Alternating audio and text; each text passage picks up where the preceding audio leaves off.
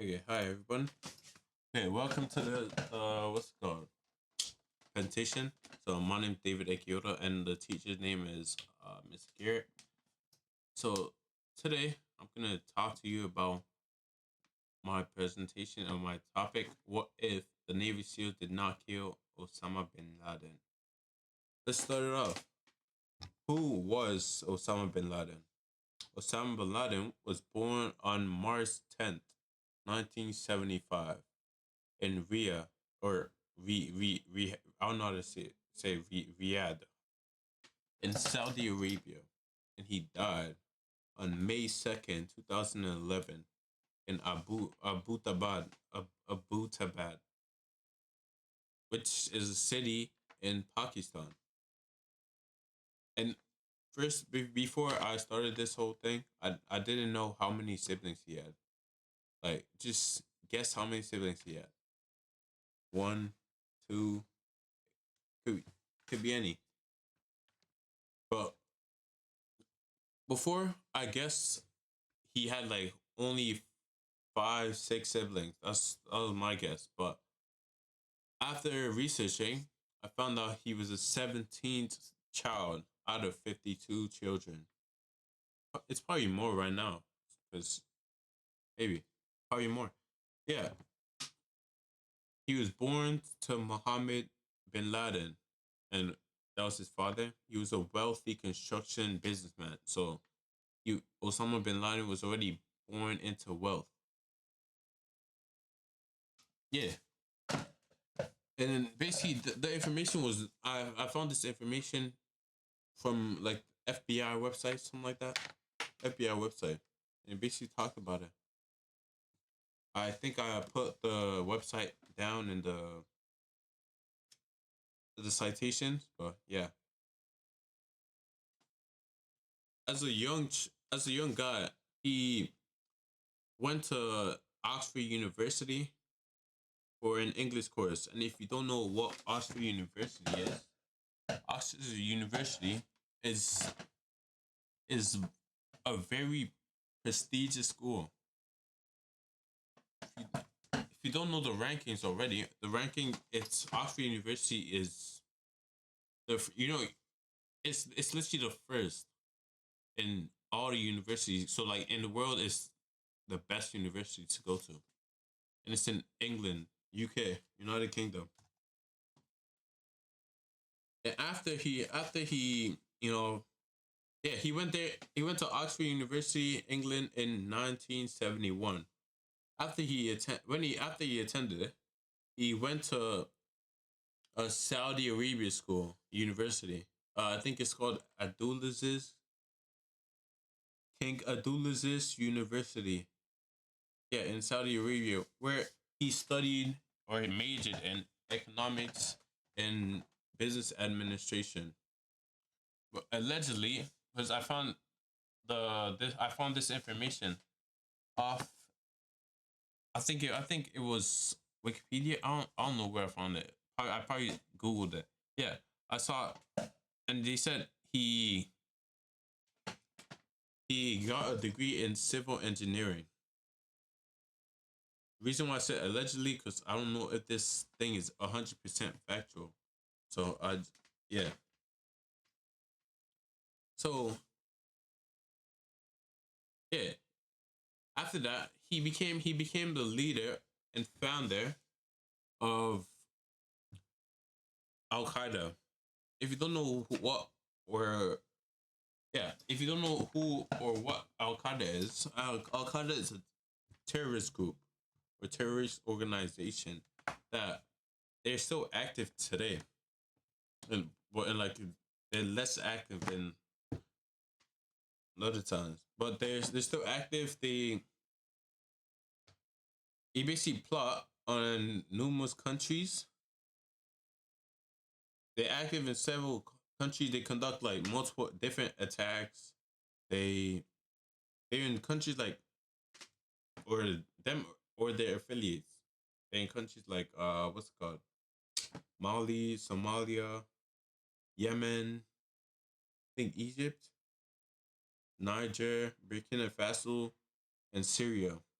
those are not all the countries. Those are like some of them. By the 1980s, he by the early 1980s he became an extremist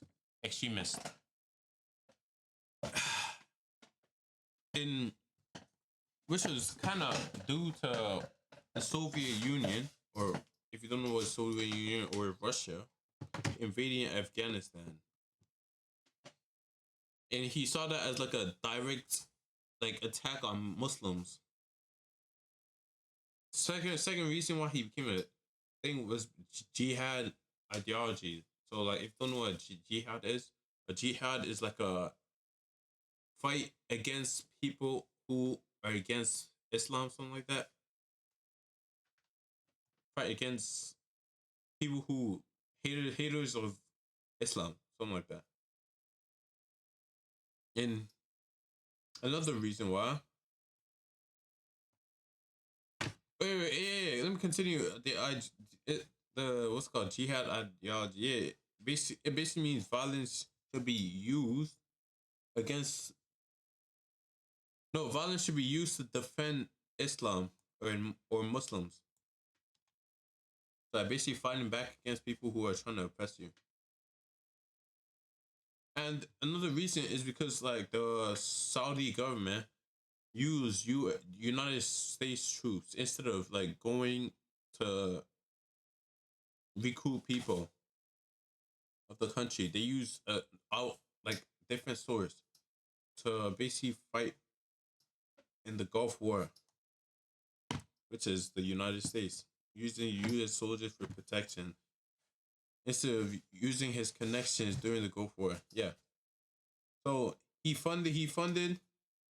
decided to fund and recruit Afghanistan resistance fighters, which at the time the FBI called it extremist roots. His extremist roots took hold of and started to provide financial and logistical support to the Islamic fighters resisting the Soviet invaders. He drew public attention to himself when he did the September 11th it's like attack. And the reason why that happened was because of his radical Islamist worldview and his, I wouldn't say hatred,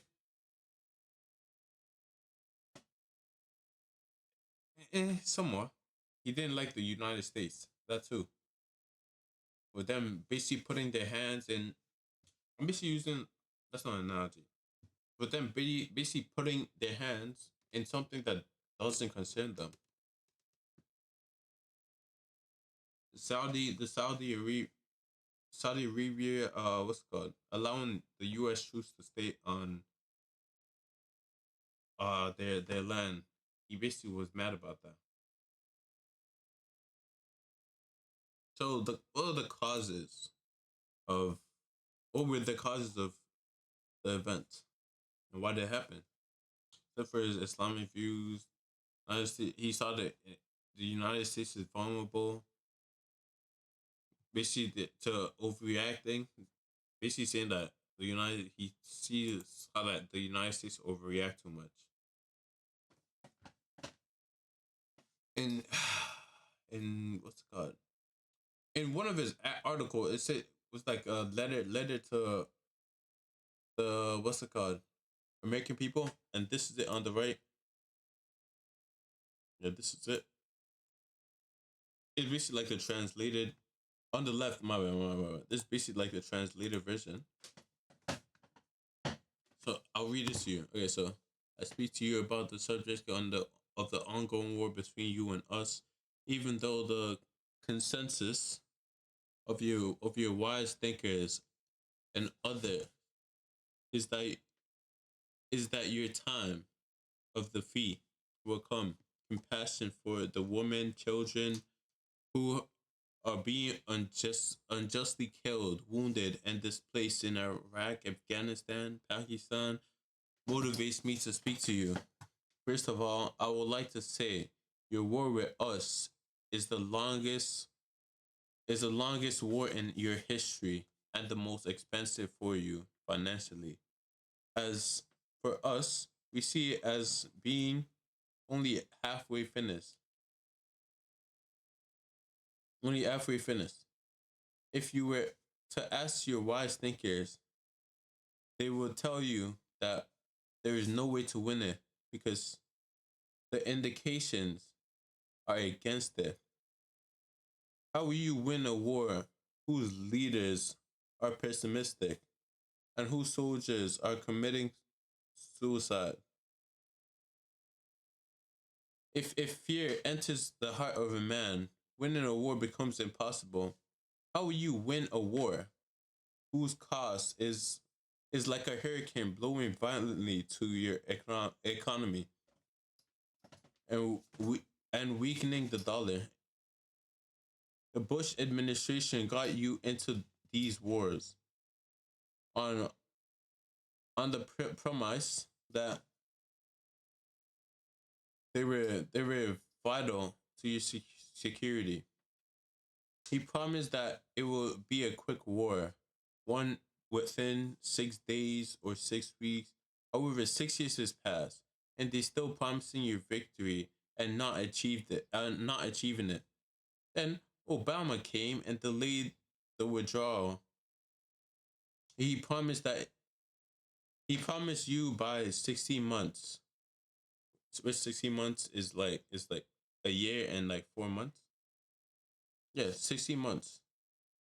He promised you victory. He promised you victory in Afghanistan and set a date for withdrawal. And there, 6 months later, Pet I don't know how to say that word. Petrius came to you once again with the number 6, requesting that the withdrawal be delayed 6 months beyond the date that had been set. All the while, you come to lead in Iraq and Afghanistan. You are waging war. You're wading into a war with no security. Or wait, that's I skipped. Thing. Wading into a war with no end. Okay, you're wading into a war with no end in sight on the horizon, and which has no connection to your security, which has confirmed by the operation of Umar al Farouk, al Farouk, Umar Farouk, Umar Farouk, which is not launched from the battlefield and could have been launched from any place in the world. As for us, jihad against the tyrants and aggressors is a form of great worship to our religion. In our religion, it is more promise. It is more promise to us that our fathers and sons, thus our jihad against you is worship. Page 2. And your killing us is a testimony. Thank God Almighty. We have been waging jihad. We've been waging jihad for 30 years against the Russians, then against you. Not a single one of your men. Oh, not a single one of our men has committed suicide. Whereas every 30 days, 30 of your men commit suicide. Continue the war, if you will. Peace be upon those who follow the right guidance. We are defending our right. Jihad against aggressors is a form of great worship in our religion, and killing us means high status with our Lord. Thanks to God, or thanks to Allah. Yeah. And we have been waging jihad for 30 years against Russia and against you. Not a single one of our men. Oh, this is basically like a continue the war if you can. Justice is the strongest army. This is science and security is the best way of life. But it's slipping out of your grasp the day you made the Jews victorious in occupying our land and killing our brothers in Palestine. The path to security is for you to lift your oppression from us. But yeah, I forgot to add. Yeah, they were mad with the U.S. for basically siding with Israel too. That was kind of that was also the cause, and them intervening in Muslim countries by sending their troops in there into Saudi Arabia. Al Qaeda also frequently cited the deaths of Iraqi children due to the U.S. imposing sanctions and justification for their action. The operation plan for 9/11. Yeah, basically. Uh, Basically, yeah, for the causes. Basically, like, okay, what was the immediate impact of 9/11? Okay, so basically, after they flew the plane into the building and which collapsed the building, it kind of got 3,000, almost 3,000 people died. It was like I think the number was like two thousand 996. I think 2,996. The 996 people died in that, and others got sick. People who were around the area went the then collapsed because the dust and the what's it called dust and the basically the debris landed on some people, and people got sick, and some people died from that, inhaling the chemicals that were coming out and stuff.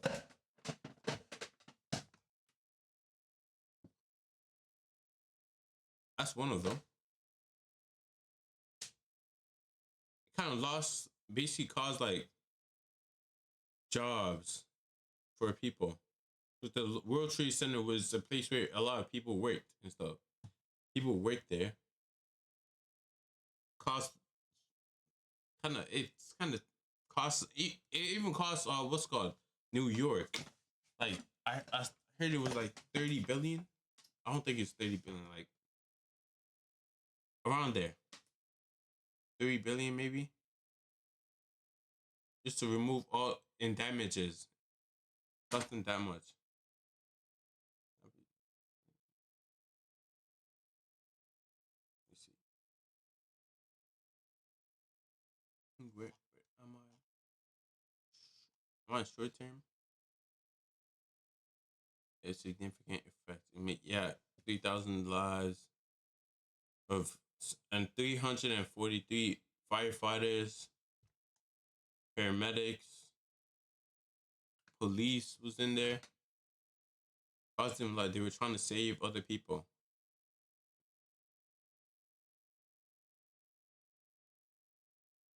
Yeah, there's no individual. And it was said that 4,000, basically 400,000 individuals who basically were around the area, basically were exposed to toxic, like basically toxic substances, like things they inhale from the building and stuff. It's causing mental health issues and chronic illnesses. And basically, yeah, like I said, it cost the New York City $30 billion, $30.4 billion in damages. Countless jobs were lost. The stock markets were closed for like 4 days.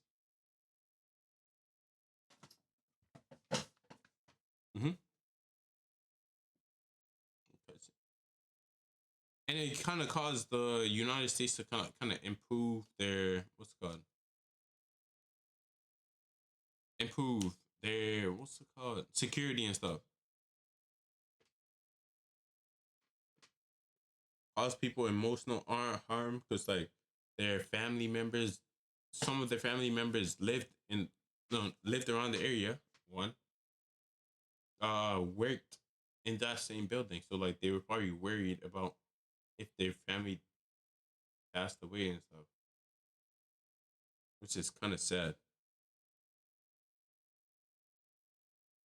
Yeah, so let's go to the see. So what if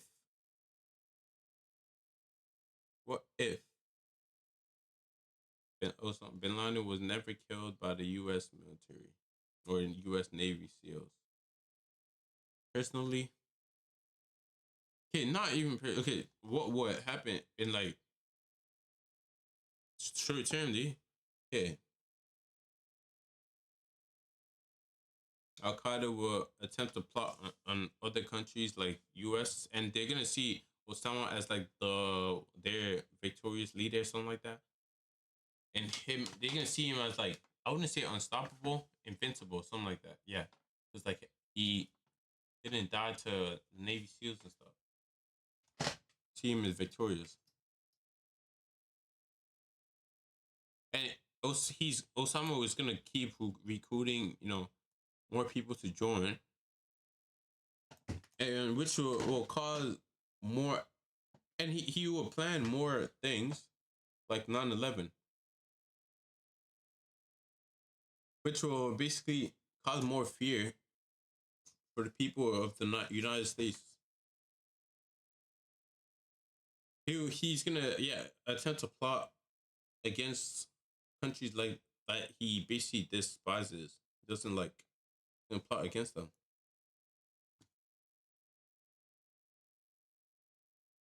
Like the British government,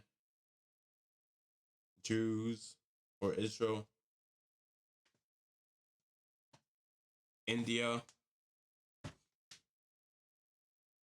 Well, for the United States, I personally I think they're going to still try to find him.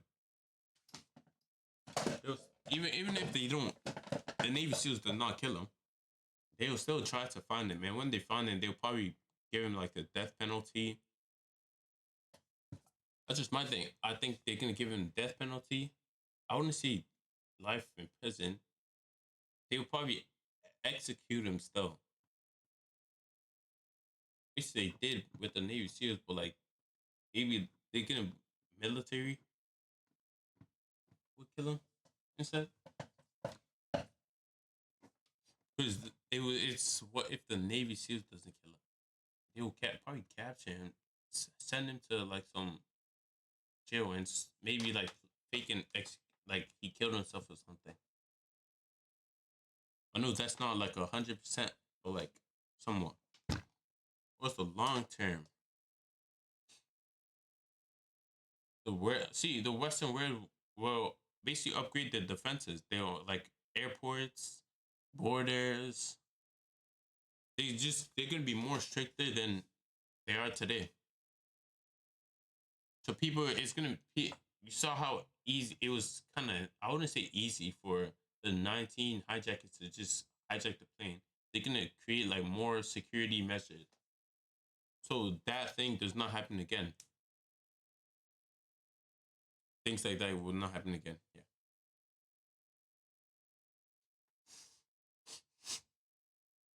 So people are gonna be in fear.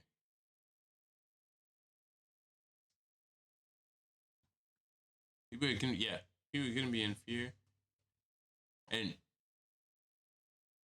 the uncertainty surrounding Osama bin Laden's fate could cause discomfort for all people, well, mainly the West, people from the West, because since he's not dead, they're gonna be thinking they can be having a lot of thoughts. Maybe he's still in the U.S. Maybe he came here. He's just hiding.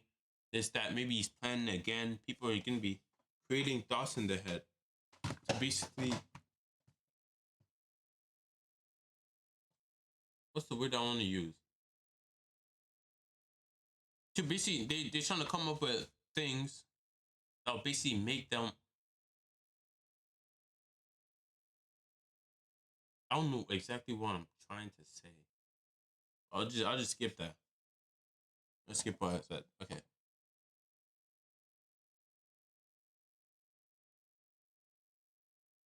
And also the long term would be also that Osama Osama bin Laden, Al Qaeda wouldn't decline that quick. Because like after Osama bin Laden died, you rarely heard about Al Qaeda. You rarely heard about it. And the second in command, I forgot his A man something. I forgot his last name. A man. It's Ayman. A man. Some. Yeah. I don't remember his last name, but A-Man, he if you don't know who he is, he was a I think ICE agent. Then he became Osama bin Laden's physician, and what he did, he was kind of second in command.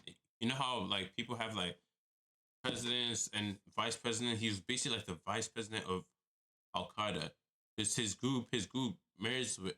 He was the founder of like some other thing in Egypt, some Egyptian. He basically another version of Al Qaeda, but from Egypt. Then after he merged, his group merged with Al Qaeda and stuff. After Osama died, he became the second in command. He became the first. Then after he died in like 2022. If Osama bin Laden didn't die, it would kind of delay him from becoming at the top and slower and slowing the and slowing. Basically slow down Al Qaeda's like I wouldn't say popularity, but yeah, basically the popularity. But what do I believe would happen? Would have been better? Wait, what do you believe would have been better if the event did or did not happen? Okay, I'd say okay because like we're always unsure about what will happen. Just like if the event didn't happen, maybe the U.S. would not be advanced as it is right now. So I can't say it would be better if it didn't happen because kind of tragic events basically cause countries to become more innovative. I think that's the word. More innovative. It basically causes countries to be innovative. For example, I would say like Hitler and stuff. He kind of caught him doing what he did to the Jews and stuff. You know that kind of caused like the some parts of the world, like the West and other countries, to kind of improve themselves and stuff, improve the country, this that, yeah. So I would say it was even though it's tragic that 3,000 almost 3,000 people died or passed away. Say it would be better that it did happen, but also what I think is that Osama bin Laden should have been instead of killed by Navy SEAL, they should have like captured him, brought him to maybe U.S. and publicly executed him.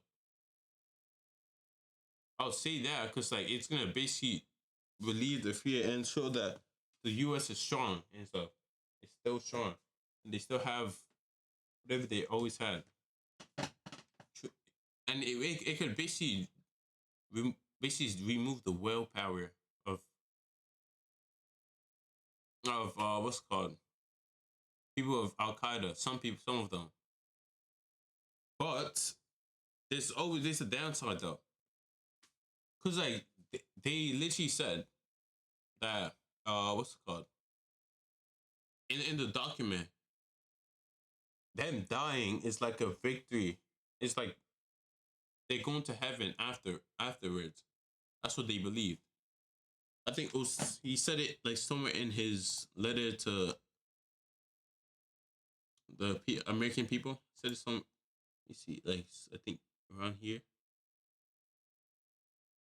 No, a single one for a minute is has committed suicide, or by every day is in the army.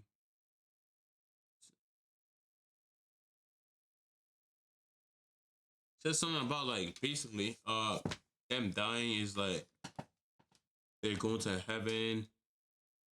It's like a victory to their Lord and stuff. Yeah, so I'm just saying, like them, if they publicly executed them, he they would probably be more motivated to do more crazy stuff. I do more blowing up buildings and all this other stuff. Like they can be more motivated to doing it and to sacrifice themselves for their Lord. That's what I think personally. But it will also garner sympathy and cause like debates. If they executed him, it would spike like political debates about like counterterrorism. That's for long term. Well, yeah, that's basically it. And I put some of the websites. Also, I think I have a video I was trying to show. I wanted to show. Where's it? Right here.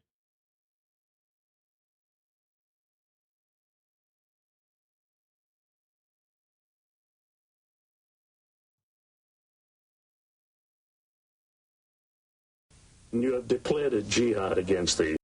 Yeah, this is the video. My bad for delaying it. My bad. Shoot, no. Here. Let's just see. United States. Can you tell us why? The US government has committed acts that are extremely unjust, hideous, and criminal through its support of the Israeli occupation of Palestine. And we believe the US is directly responsible for those killed in Palestine, Lebanon, and Iraq. Due to its subordination to the Jews, the arrogance of the United States regime has reached the point that they occupied Arabia, the holiest place of the Muslims, who are more than 1 billion people in the world today. So, oh my days. This and other acts of aggression and injustice, we have declared jihad against the US. Is the jihad directed against the U.S. government or United States troops in Arabia? What about U.S. civilians in Arabia or the people of the United States? We have focused our declaration of jihad on striking at the US soldiers inside Arabia, the country of the two holy places, Mecca and Medina. In our religion, it is not permissible for any non-Muslim to stay in Arabia. Therefore, even though American civilians are not targeted in our plan, they must leave. We do not guarantee their safety. So,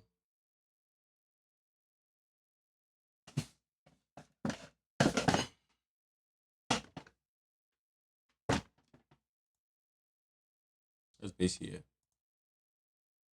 Thanks for listening.